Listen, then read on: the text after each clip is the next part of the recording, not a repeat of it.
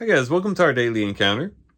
As we consider the Old Testament reading that we have today and compare it to the life of Jesus reading that we have in our reading today, we can see a connection because Moses, of course, is present in both of those readings.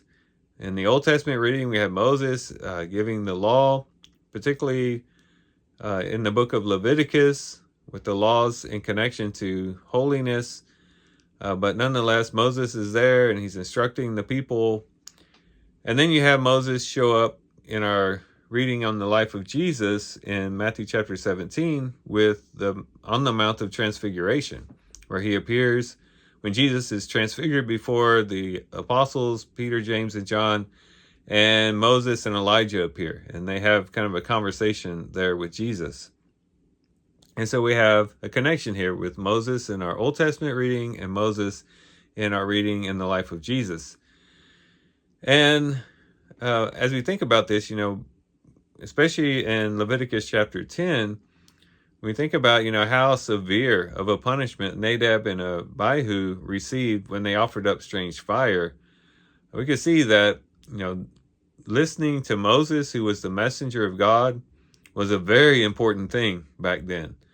Definitely they needed to listen to Moses because he was receiving his instructions from the Lord and therefore had a certain degree of authority, and they were to listen to him. And that was very important again, and it had very severe consequences if they didn't. However, in Matthew chapter 17 at the Mount of Transfiguration, it almost seems as though Peter wants to put Jesus, Moses, and Elijah all on an equal plane.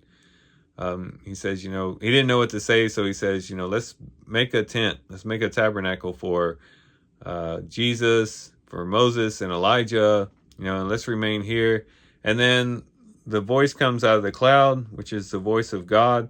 It says, "This is my beloved son with whom I am well pleased. Listen to him." It's as though the Lord is saying, my son is special. Moses and Elijah were very important messengers. Of course, Moses represents the law. Elijah represents the prophets. And God did use the law and the prophets to communicate his will to his people. But how much more important was it when the Lord communicated to his people through his son, his beloved son?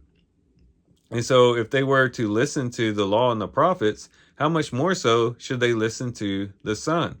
And he had a higher authority than even Moses and Elijah.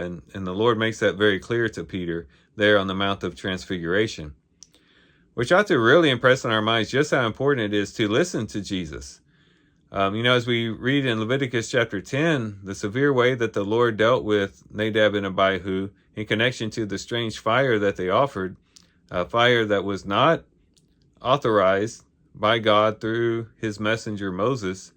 Think how severe God dealt with them. Just think how much more serious it is when we don't listen to God's Son himself, to Jesus himself. It ought to be that we take very seriously the words of Christ. And the way that we have this reading plan structured, we are going to be going through the life of Jesus, the teachings of Jesus throughout the whole year, spread out throughout the whole year. And so every day we're getting little pieces of the life of Jesus, the teachings of Jesus.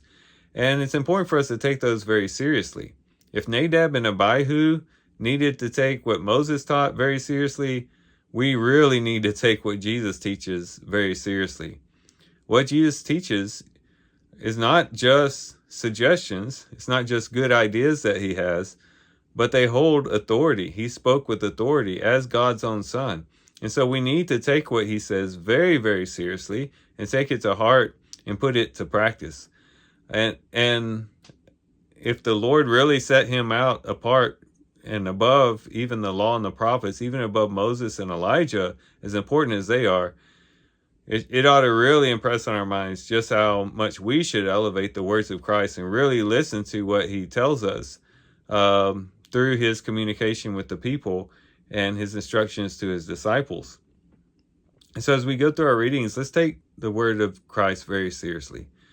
Let's take him to heart. Let's put him to practice. He is our King. He is the one that God has given all authority over his kingdom. And we need to listen to him and listen to him very seriously and take what he says very seriously and to follow him, to take up our cross, as we read before yesterday, to take up our cross and to follow him, to deny ourselves and to give him the ultimate authority in our lives, to lay down our lives so that we can live for him and give him the glory and the honor that he deserves. So here's some things we can reflect on and think about as we do a reading today. With that, guys, I do thank you for watching the video today. Hope you guys have a great day. Love you guys. God bless.